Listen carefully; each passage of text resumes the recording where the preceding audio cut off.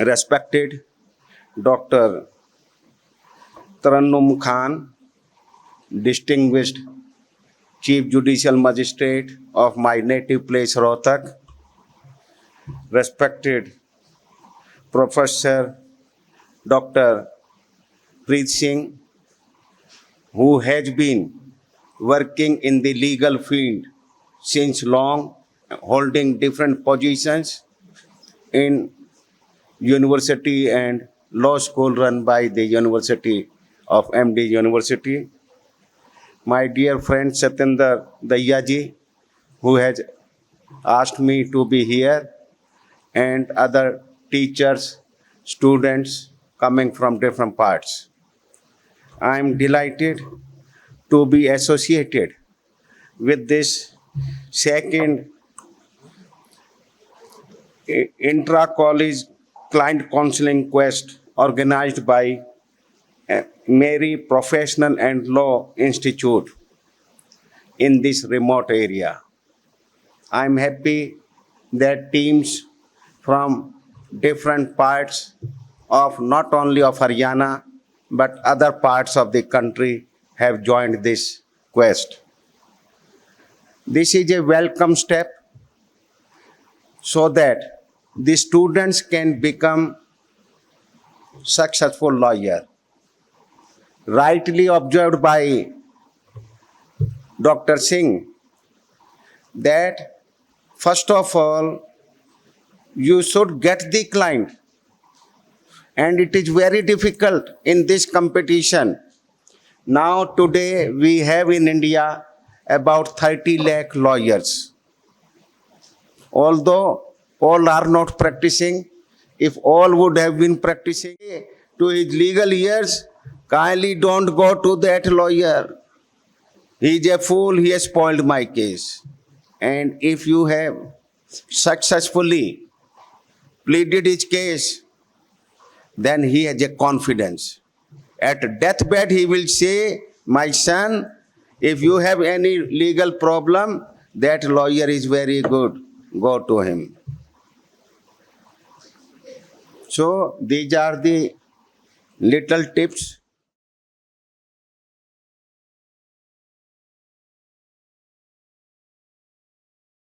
Table presentees of either side of the bench.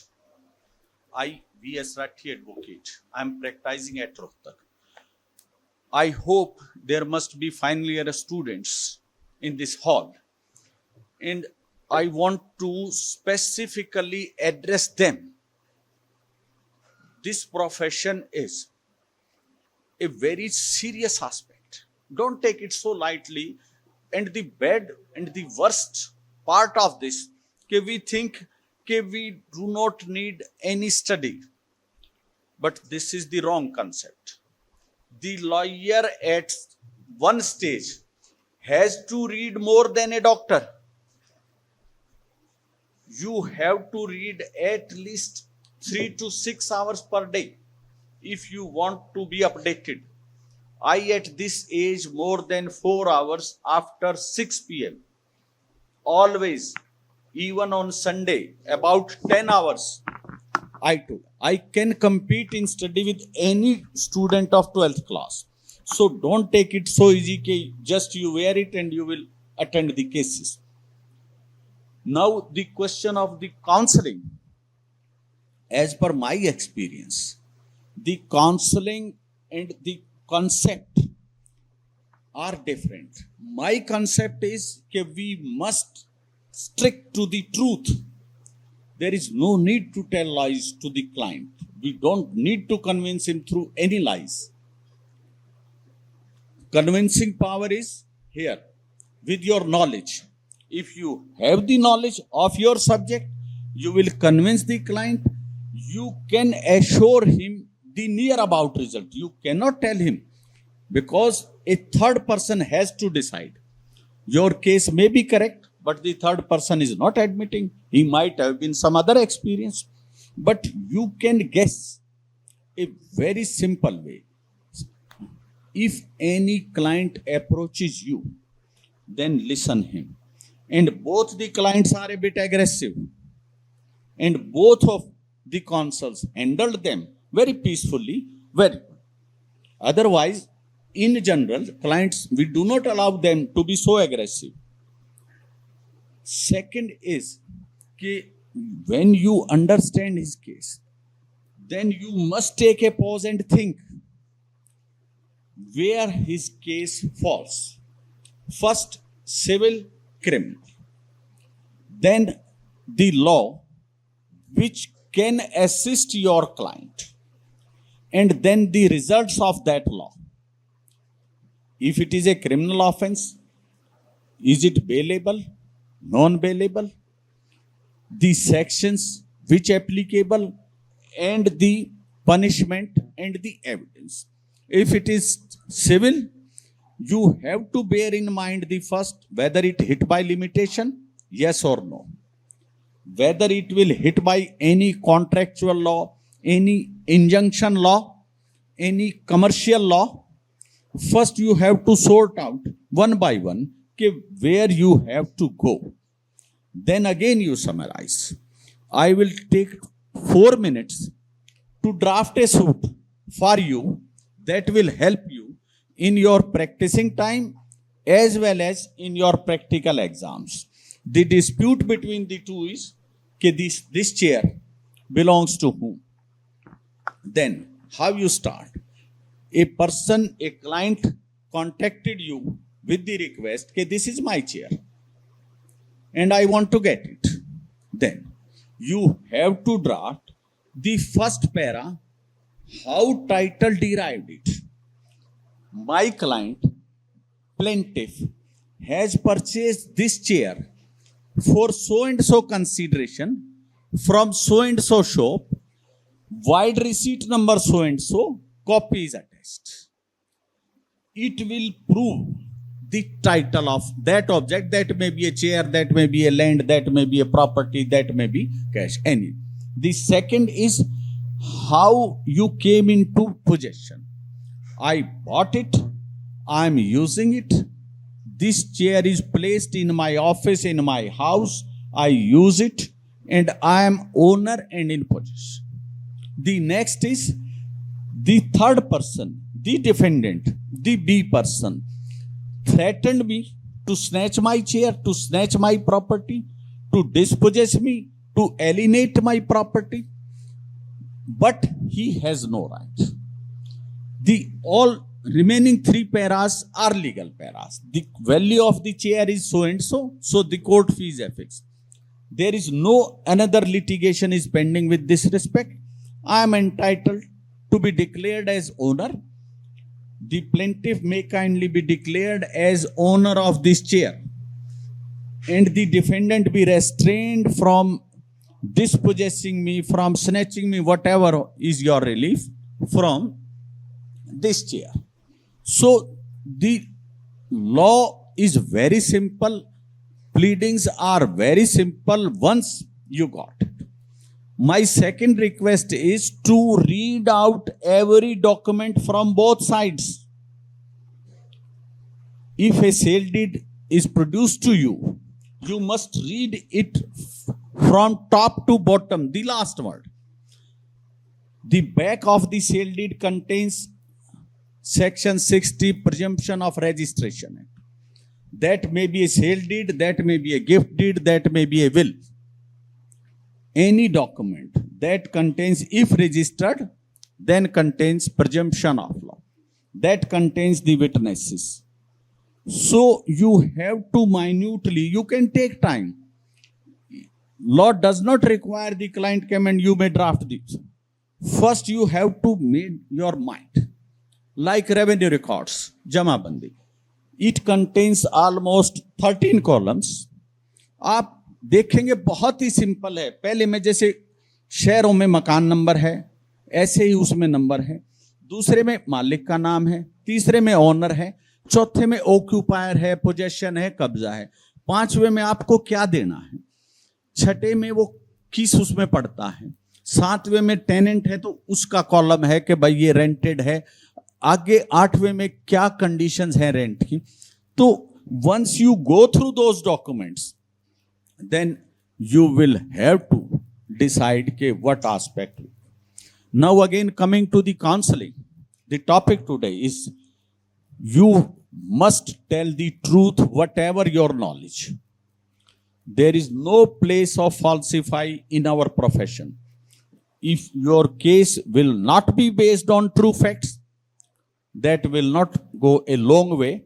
So it may be a concept कि जो लोगों को है कि lawyers कुछ भी बना देते हैं या झूठ का सच कर देते हैं, it is impossible. It is not possible. If A is written honor in certain documents, you cannot change. You can say कि yes, he has given to me, but it will be a greater lie if you say कि this document has nothing to do. So my request to all of you is to listen the client carefully, to give him a patience hearing. Don't assure him falsely. Give him the details ke what I can do and the maximum what you can get and what you cannot, subject to the verification, subject to the change of the other circumstances during the cases, which will take many times. That may be a service matter, that may be a private matter. So don't scare. Clearly tell him your charges, the capacity to pay, everything should be clear. The more you will be clear, the more you will be efficient. You may lose some cases at initial stage, but that will pay you in a longer stage, always. So, gentlemen, I have to, I think, a bit more time than I was. So, thank you very much.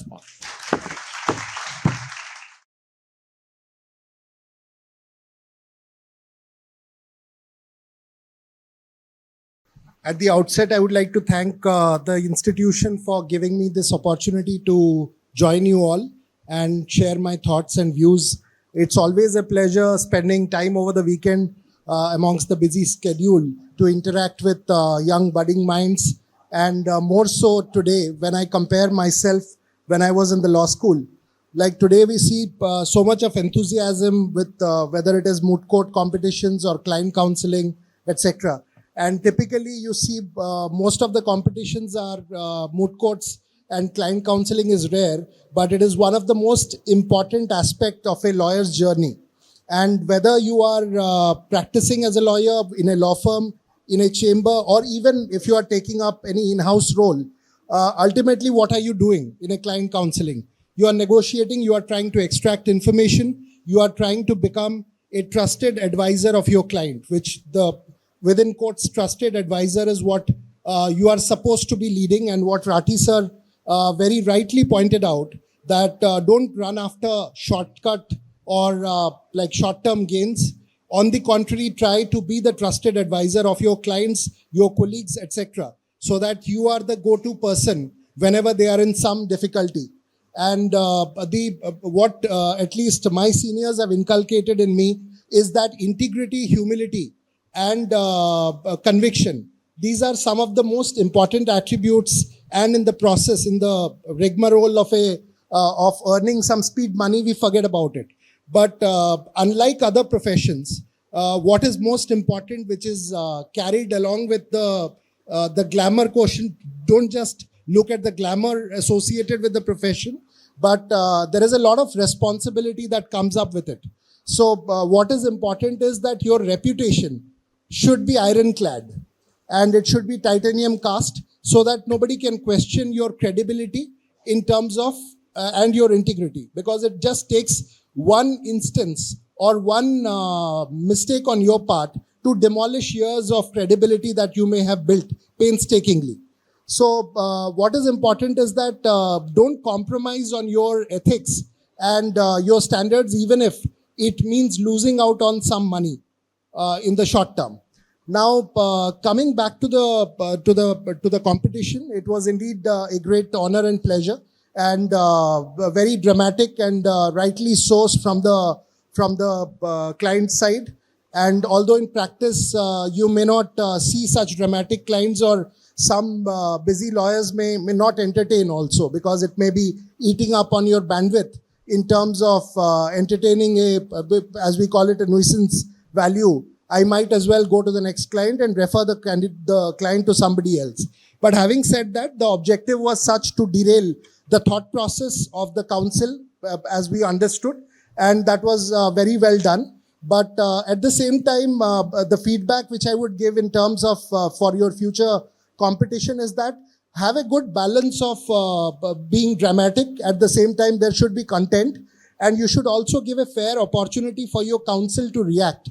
Otherwise, if it is a monologue, then it doesn't make sense. And for us as assessors, that also becomes slightly monotonous and becomes boring. So that is something which I think as a feedback you can take. Second is in terms of client counseling, when you are having a counsel pair, it is very critical to have teamwork.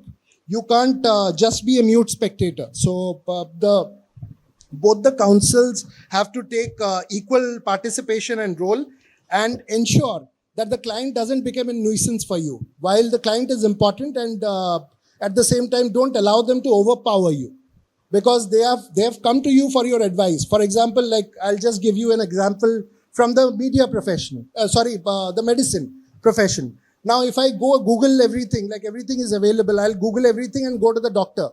Like the doctor is going to say, "Theek hai, then you go to some other doctor who will entertain all of these." So at the same time, since you are going to a subject matter expert, you allow the counsel to react, give you suggestions and solutions. So 2 or 3 points which I would like to make as regards feedback is that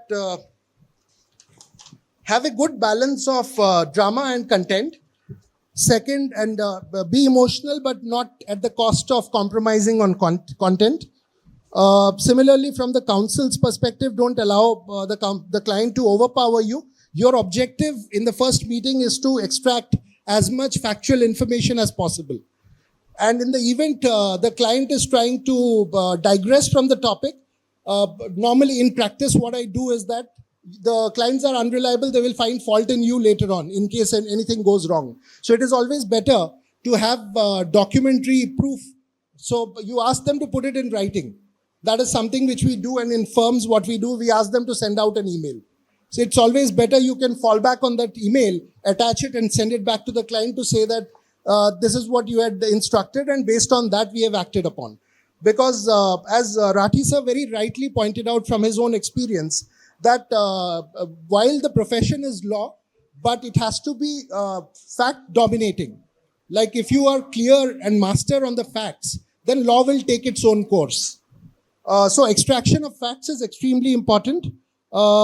Then second, as I mentioned, teamwork is extremely critical. So equal participation from both the counsel, that is something which we would have expected.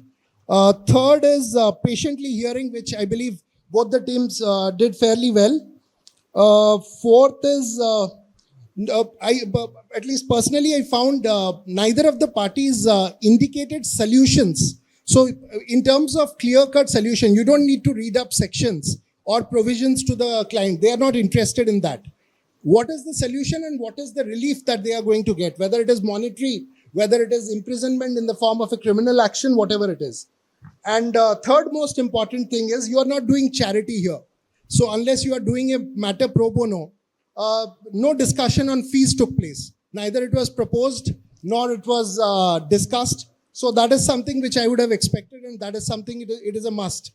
That you should have clear communication about what are your rates, are you charging a lump sum, are you charging per appearance, and give clear visibility in terms of what are the expected timelines. And timelines like whether it is a civil suit, approximately, that this to this, and these are of course dependent on multiple factors, and that is something which is beyond your control. But at least give an estimate which the clients these days are very keen on knowing, that what is the solution, how much time and how much cost that we are looking at. That is something which is most important. And you can't be doing charity. That should be clarified right in the very first meeting, so that you decide whether or not you are meeting the person next time around or not. So these were some of my thoughts on the discussion. But overall, it was indeed a great honor and pleasure to participate and join in with all of you on this Saturday. And I wish you all the very best. We may declare somebody as a winner but at the same time, we equally enjoyed like participating and hearing the submissions and the discussions on behalf of both the parties. Thank you so much once again. Thank you.